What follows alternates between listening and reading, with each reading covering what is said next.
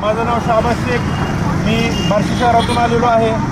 गेल्या 1.5 वर्षापासून मी बार्शी शहरात होत असलेले अवैध हदबट्टी दारू व्यवसाय, गांजा व्यवसाय व अवैध दारू व्यवसाय याच्याबाबत वारंवार दारूबंदी अधिकारी सोलापूर, दारूबंदी अधिकारी पुणे व आयुक्त साहेब मुंबई या सर्वांना वेळोवेळी तक्रार देत होतो.